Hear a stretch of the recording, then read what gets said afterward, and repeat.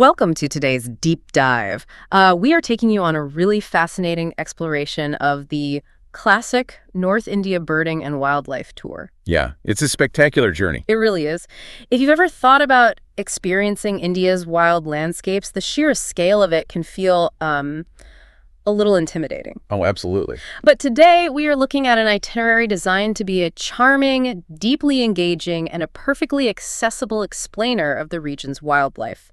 It's far less threatening than you might expect. Okay, let's unpack this. What makes the design of this specific journey stand out from a standard safari? Well, it really comes down to the intentional pacing. It's not just some random checklist of locations. This is a fully guided, perfectly safe, and incredibly high-value progression. Right. You are moving step by step from the low Indian plains all the way up into the heights of the Himalayas.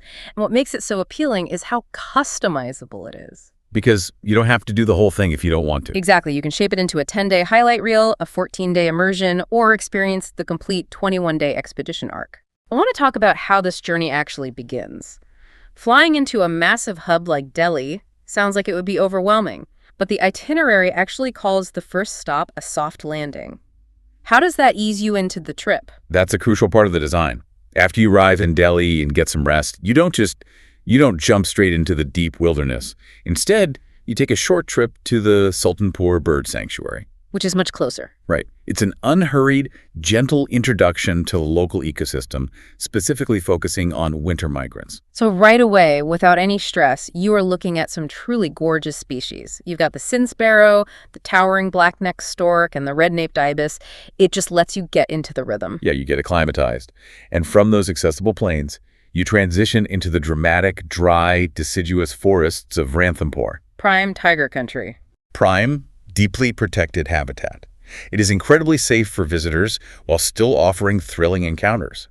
The forest is dry and open, so the visibility is fantastic for spotting Bengal tigers, sloth bears, and specialist birds like the beautifully camouflaged painted sandgrouse.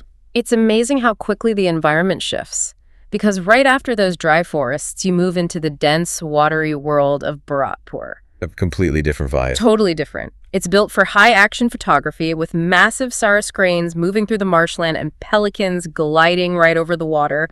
And then right after that intense wetland activity, there's a quick cultural contrast in Agra at the Taj Mahal. A nice cultural palate cleanser. Yeah, which leads right into the quiet waters of the Chambal River. What makes a boat ride down this specific river so important? The Chambal River is an ecological goldmine.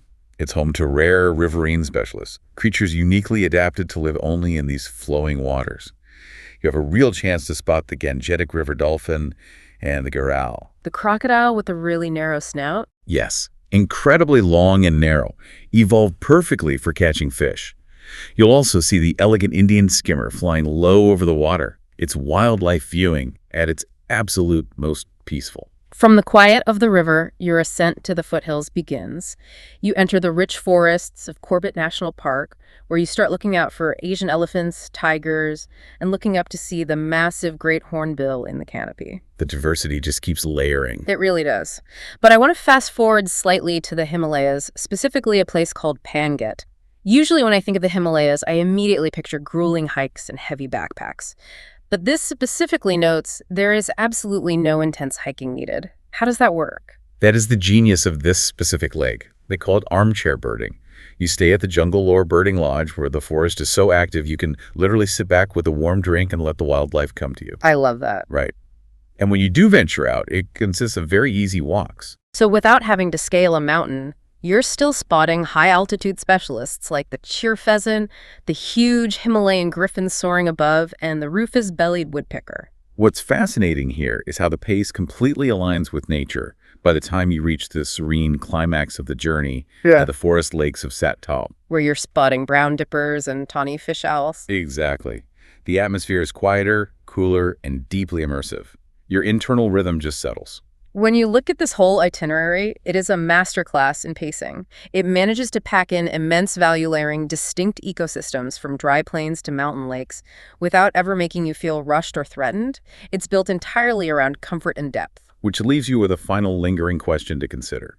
We often think about how wildlife physically adapts to survive in different habitats. But how does simply slowing your own pace and changing your elevation completely rewrite the way you perceive the natural world around you.